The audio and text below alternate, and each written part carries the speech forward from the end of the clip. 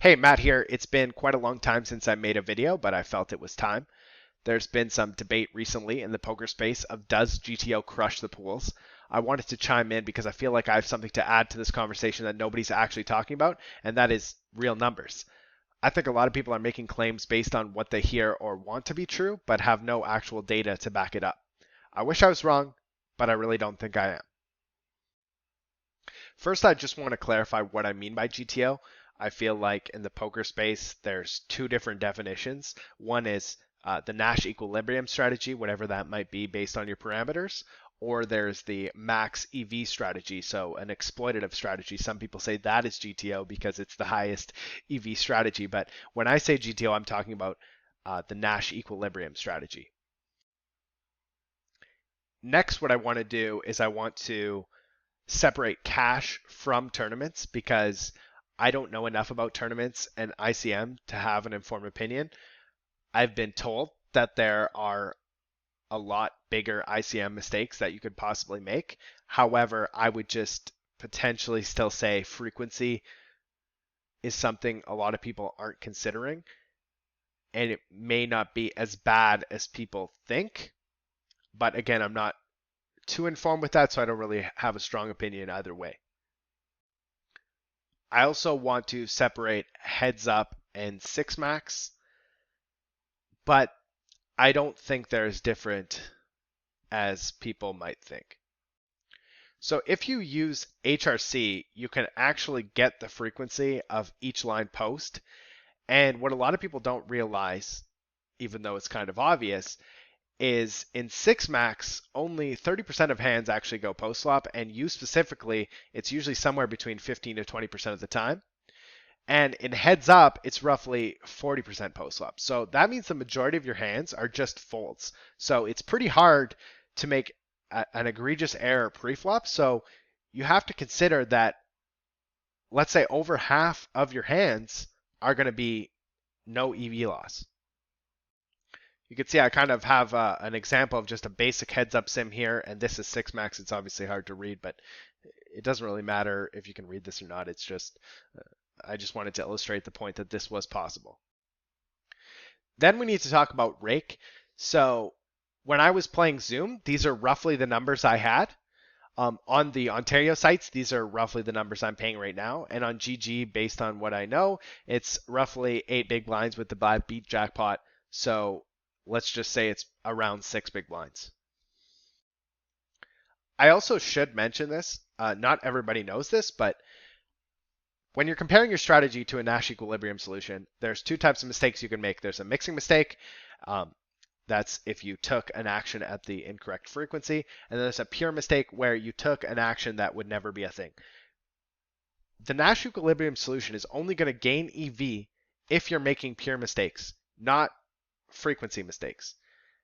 And that's a big reason why GTO will not make that much money, in my personal opinion, because a lot of decisions you have in poker are actually mixed. A simple example is this. Let's say you're playing a single race pot in cash, heads up, 6 max, doesn't matter. You're out of position. The in position player overbets flop, overbets turn, and overbets river. Oftentimes, most of your range is just going to be bluff catchers that are mixed. If you folded all those hands versus a Nash equilibrium solution, you're not going to lose any EV. You can call your hands, you're not going to lose any EV. It's only if you're calling or folding hands that are 0% or 100% will it actually count as a mistake. I think that's important to know that. Just a little edit. I should note that heads up has slightly higher rake than these numbers. All right, let's get to some actual numbers. Let's look at DTO. Dom is infamous for saying that GTO will absolutely crush humans, including simplified strategies, which a lot of his sims are. They usually have one flop size or fewer turn or river sizes. I'm not saying that's right or wrong. I'm just saying that's the way that it is. So let's look at his single raise pot leaderboard. So you could see that I just picked a random number here. I said, looking at these numbers, let's say the average person loses 0.1 BB. I don't know if these players are mostly regs. I would assume so because this product mostly caters them. But maybe there's some people who are like tournament players that just want to play cash. So maybe like some not as good regs. But I just said, let's say 0.1.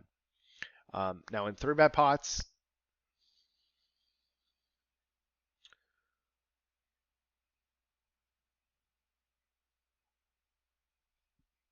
I guessed and said 0.275. Now I took the frequencies from earlier of my little pre-flop sim, and if we do the math, you could see that roughly it's going to lose, assuming, well, we don't have 4-bet pots, right? So let's just assume it's going to be roughly 6 big blinds per 100. That's how much the average DTO user is losing versus the heads up bot. Now, if we go back to our rake situation, if we are playing 200 NL, which again, the heads up rake is likely going to be a little bit higher, this bot is, yes, beating humans. I'm not denying that, but it's losing to the rake. And I think that's going to be a common theme that you'll see specifically in cash. Dom is right when he says most people aren't getting greater than 70% in his trainer. He sees the stats, and I totally agree. But again, as we talked about earlier, most hands are folded pre. We're not just counting post-flop hands. We have to include pre in our overall big blind per 100 number. Now let's move on to GTO Wizard. So I posted this in the DTO chat a long time ago. As you can see in this one screenshot here, if we put my post-flop only hands, I was losing 17 big blinds per 100, which seems like quite a lot. Oh wow, the bot's crushing me. But the thing is, when you include pre-flop, I was only losing roughly 3 big blinds per 100. So if we go back to our rake table, wherever that is, let me pop it up here. It's one of these. If I'm playing 200 zoom, the bot would not be beating me. A lot of people say that Pluribus wasn't the best bot, but it did beat humans. And if we look at their study,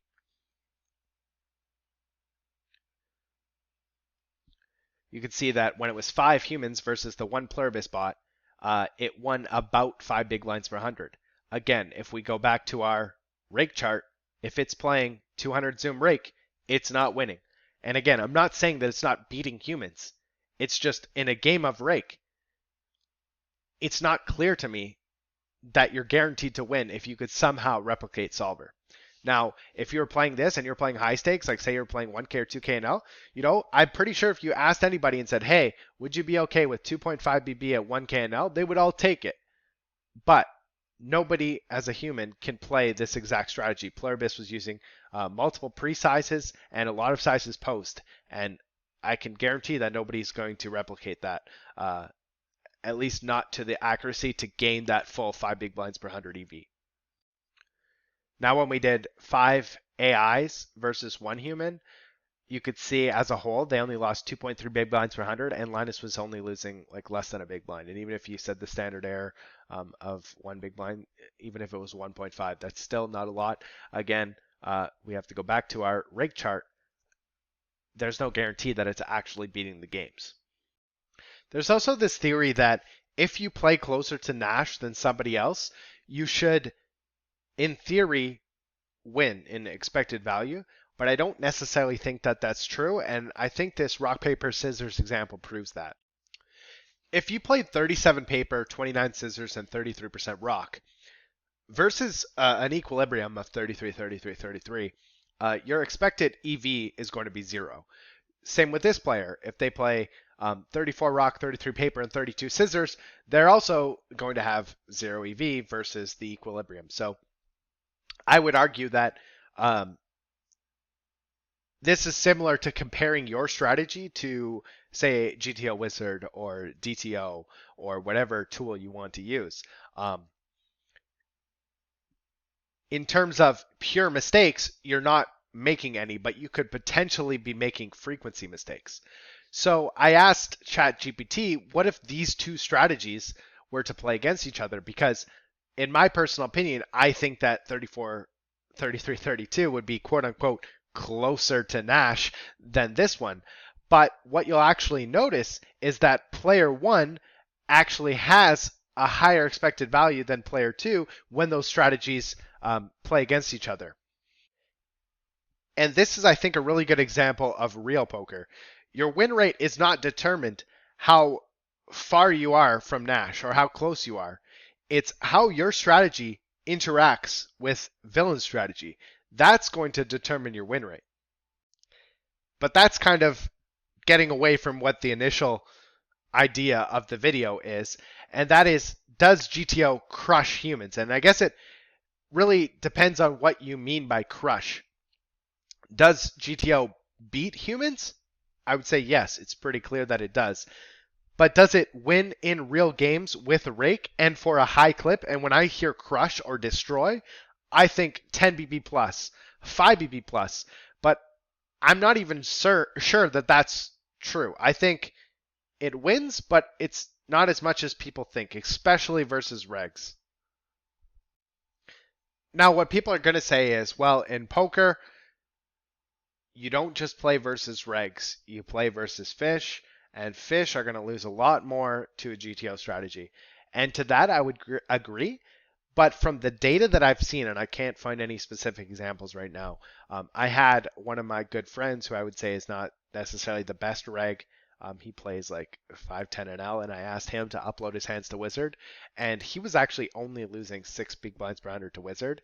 And we tried to upload a recreational alias to Wizard once, and it only was losing 8 big blinds. So even recreationals, it's hard to say because a lot of times they're going to just make pure mistakes pre-flop, and these GTO trainers aren't going to be able to accurately estimate how much they're losing. This was an old screenshot that I found a long time ago when I was playing Zoom, and there's also a debate right now, is 200 Zoom harder than 2K Ignition? And I think what a lot of people don't realize is when you play Zoom, specifically 200 Zoom, a little less than half of your hands are with no fish.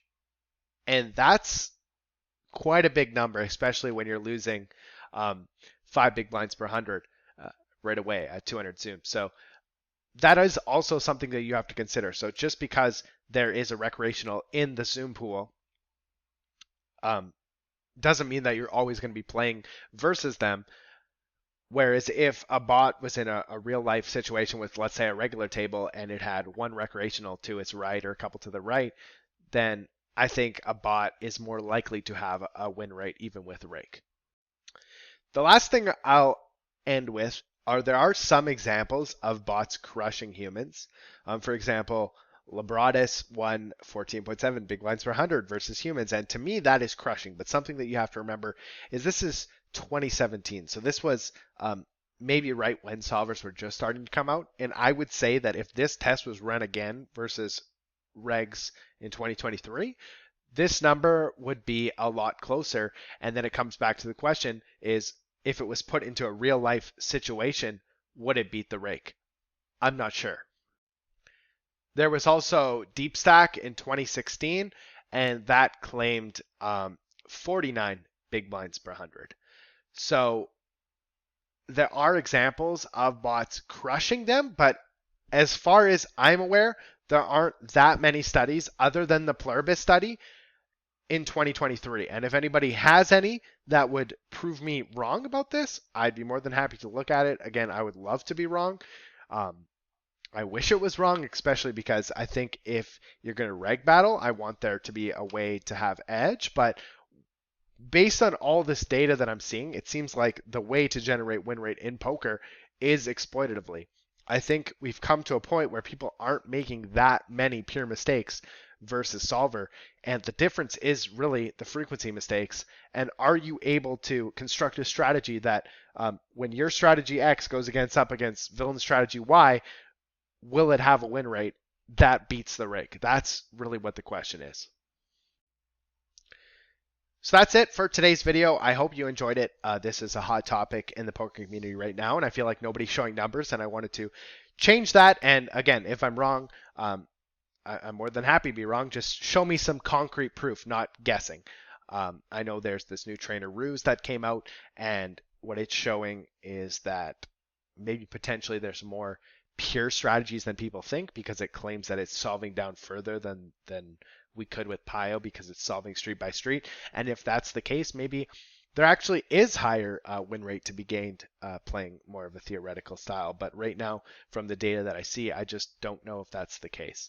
I also don't know if I'm going to make another video in a couple weeks, next month, 6 months from now. This was kind of just a one-off thing, but you never know. We'll see about the response from this video. That will let me know if I'm going to come back. But as always, until next time, good luck at the tables.